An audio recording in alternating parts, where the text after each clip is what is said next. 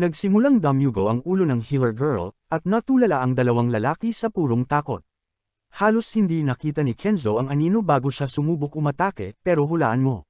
Wala na ang ulo niya.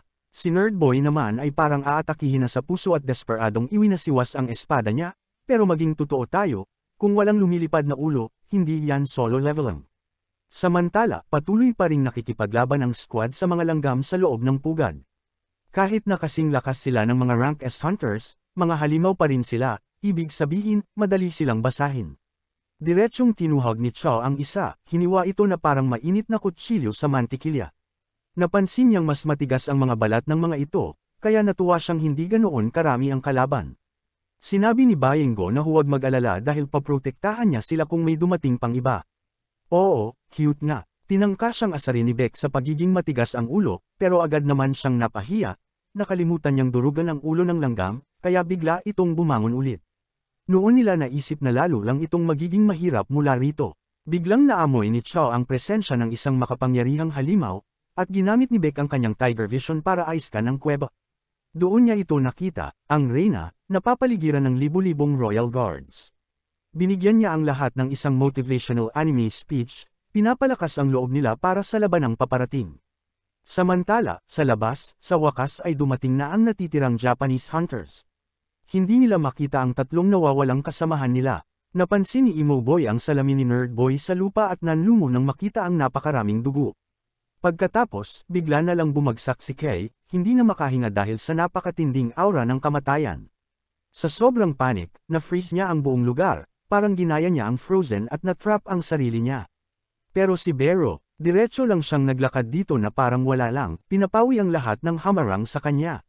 Balik sa lungsod, hindi pa rin makontak ni Masked Boy at Gangsta Girl ang kanilang team, pero wala silang oras para ma-stress dahil may paparating na tsunami ng mga langgam na diretsyong susugod sa kanila. Sa loob ng pugad, sa wakas ay narating ng grupo ang silid ng Reyna. May mahigit 50,000 na kalaban ang naghihintay sa kanila, kaya kailangan nilang tapatan ang enerhiyang iyon. Binuff ng healer ang lahat, ginawang mas makapangyarihan pa. Nag-transform si Dangwak bilang isang gorilla, tinatitigan ang Reyna na parang, ako ang problema mo. Binaha ni Choi ang pugad ng apoy, tinutupok ang mga langgam sa kaliwat kanan. At para lang magpasikat, tinawag niya ang isang dambuhalang dragon ng apoy at pinakawalan ito sa kalaban. Pero lumabas lang ang malalaking langgam na parang wala lang, kaya oras na para si Tigerbeck naman ang sumalang.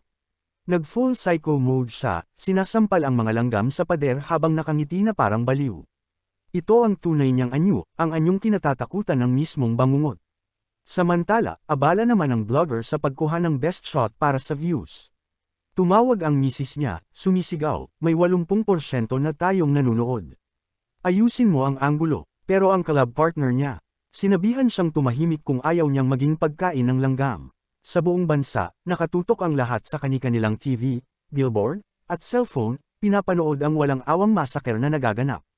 Kinuha ni Dangwak ang isang buong hukbo sa kanyang kalasag at pinaulanan ng isang malakas na atake. Si Taekyo, dahil sa sobrang paglalaro ng Valorant, nagpakawala ng 1,000,000 palaso sa ere, umaasang may tatamaan kahit isa. Si Wolfguy naman ay pira-piraso ang mga langgam, parang naghahanda ng barbecue.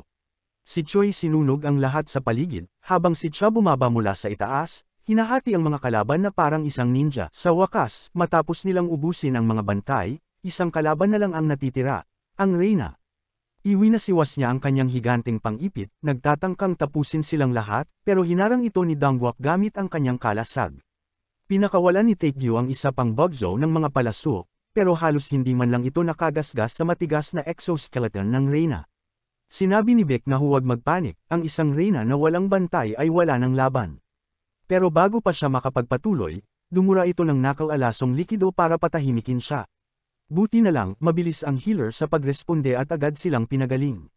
Pero hindi tanga ang Reyna, dumiretso siya sa nag-iisang dahilan kung bakit sila buhay pa. Sumigaw si Four Eyes na umatras ang lahat, gagawin niyang abo ang halimaw na ito. Pinakawalan niya ang isang dambuhalang pagsabog, pero iba ang halimaw na ito. Tinanggap lang niya ito na parang wala lang. Tinamaan siya ng fireball sa mukha, pero sumugod pa rin siya. Dalawang powerhouses ang biglang humawak sa kanyang mga paa, sumisigaw kay Cha na tapusin na ito. Dumiretso si Cha sa buong bilis, handang tumaga. Pinutol niya ang bawat paa ng Reyna, iniwang nakahilata ito sa lupa, bago pinutol ang ulo nito sa isang huling hiwa. At ganoon lang, isa na namang ulo ang lumipad. Nagdiwang ang buong bansa. Matapos ang 4 na nabigong pagtatangka, sa wakas ay nalipol na nila ang demonic ants.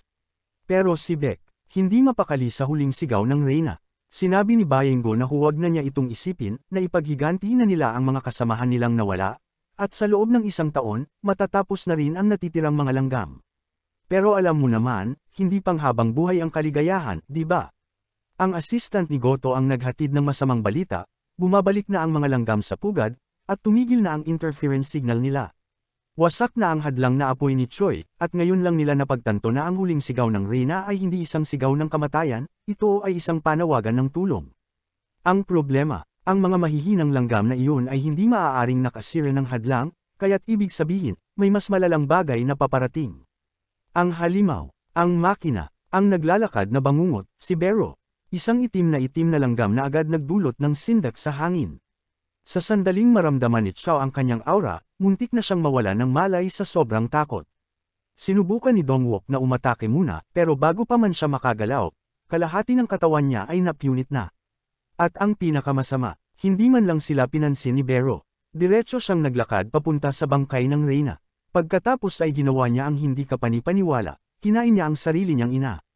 Sa isang dagandong na puno ng galit, bumaling si Bero na may pagpaslang sa kanyang mga mata. Sa isang iglap, lumitaw siya sa likuran ni Chao at inihampas ito sa pader ng napakalakas na halos maging bahagi na siya nito. Nag-transform si Dongwook para lumaban, pero isang pitik lang ng kuko ni Bero ay naduraj na ang kanyang braso. Pagkatapos, itinapon lang siya palayo, para bang isang basahan. Kahit si Tiger Beck, sa kanyang buong beast mode, ay walang kalaban-laban.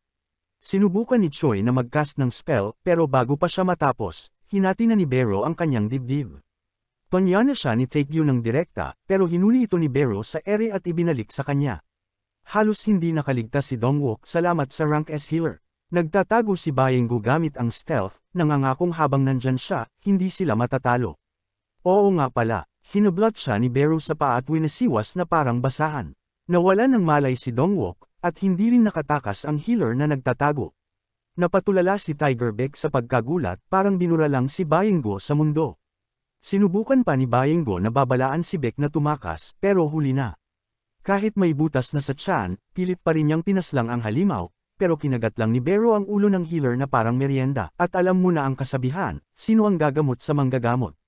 Tuluyang nagwala si Beck at sumugod ng buong puwersa, pero inihagis lang ni Bero ang bangkay ng kanyang matalik na kaibigan sa kanya bago siya sinakaw. Habang nauubos ang kanyang enerhiya, napilitan siyang bumalik sa kanyang orihinal na anyo. Pero ang tunay na nagpatindig ng balahibo niya. Nagsalita si Bero. Inulit niya mismo ang huling salita ni Bayengo, tinawag silang mahihina, at sinabing hindi sapat ang pagpatay sa kanila para maipaghiganti ang kanyang Reyna. Pagkatapos, inikot niya ang kanyang tingin at nagtanong, nasaan ang inyong hari? Bago pa man makagalaw ang sinuman, may naramdaman si Bero, isang makapangyarihang presensya, at agad siyang sumugod papunta rito. Naisip ni Beck kung si Goto ba ang tinutukoy ni Bero, pero wala nang oras para pag-isipan iyon. Kailangan na nilang makatakas, pero bago pa sila makatakbo, dumating na ang libu-libong langgam. Sa labas, naguguluhan ang grupo ni Goto. Hindi nila makontak sina Kenzo at ang iba pa, kaya inisip nilang nawala lang ang signal. Pero nang makita nila ang isang dambuhalang tinak ng yelo, doon nila napagtanto ang totoong nangyari.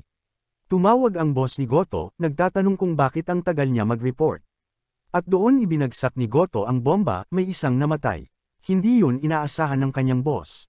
Naipadala na niya ang kanyang team para tapusin ang mga mahihinang langgam, iniiwan lang ang mga Koreano upang harapin ang tunay na bangungot. Pero wala siyang pakialam. Ang mahalaga lang sa kanya, hanggat buhay si Ryuji Goto, ayos lang ang ilang pagkamatay. At pagkatapos, ang dalawang walang kwentang ito ay nagsimulang magdiwang. Sa pagbabalik ng mga langgam sa pugad, 0% na ang tsansa ng mga Koreano na mabuhay. Ang Japan ay malapit ng maging pinakamalakas na bansa sa mundo, dahil mabubura nila ang pinakamalaking karibal nila at makukuha pa ang buong karangalan sa pag-clear ng rank S raid. Kaya't iniutos ng basurang ito na umatras ang grupo ni Goto at makipagtagpo sa iba. Siyempre, hindi hahayaang makatakas ni Bero ang mga dagang ito. Mabilis niyang hinagilap ang kanyang mga kuko, at bagaman bahagyang na-block ni Goto, si Ishida, well, sabihin na lang nating hindi siya nakaligtas. Sinabi ng boss na ang natitirang isa ay tumakas na lang dahil sa gabal lang siya. Doon nagtanong si Bero, ikaw ba ang hari? At natakot si Goto. Nakapagsalita ang halimaw na ito. Pero nilakasan niya ang loob niya at sumagot, oo, siya ang hari. Doon pinalabas ni Bero ang kanyang aura, sobrang nakakatakot na sa isang iglap, akala ni Goto nakaharap niya si Jinwoo mismo. Samantala, sa loob ng pugad, lalo pang lumalala ang sitwasyon. Patuloy ang pagdagsa ng mga langgam, at sumisigaw si Baek kay Choi na palakasin ang apoy, pero wala nang natitirang lakas si Choi. Lahat sila sugatan, halos hindi na makagalaw. Unti-unti na nilang tinanggap ang kanilang kapalaran. Ito na ang katapusan. Pero bago pa man sila mabura, biglang lumitaw ang mga shadow soldiers ni Jinwoo na parang eksena mula sa isang horror movie. Walang ideya si Baek sa nangyayari. Hanggang sa makita niya, nakaposisyon sa ibabaw ng isang gusali, mukhang isang alamat, dumating na si Jinwoo. Gamit ang kanyang shadow exchange, direkta siyang lumipat sa gitna ng labanan. Ang bida natin, laging dumarating sa perpektong sandali. Mas napaaga ba sana? Oo, siguro. Pero, mas mabuti na ang huli kaysa sa wala. Salamat sa panunood. Kung gusto nyo pa ng ganitong content, comment nyo lang, like and subscribe na din kayo mga lods.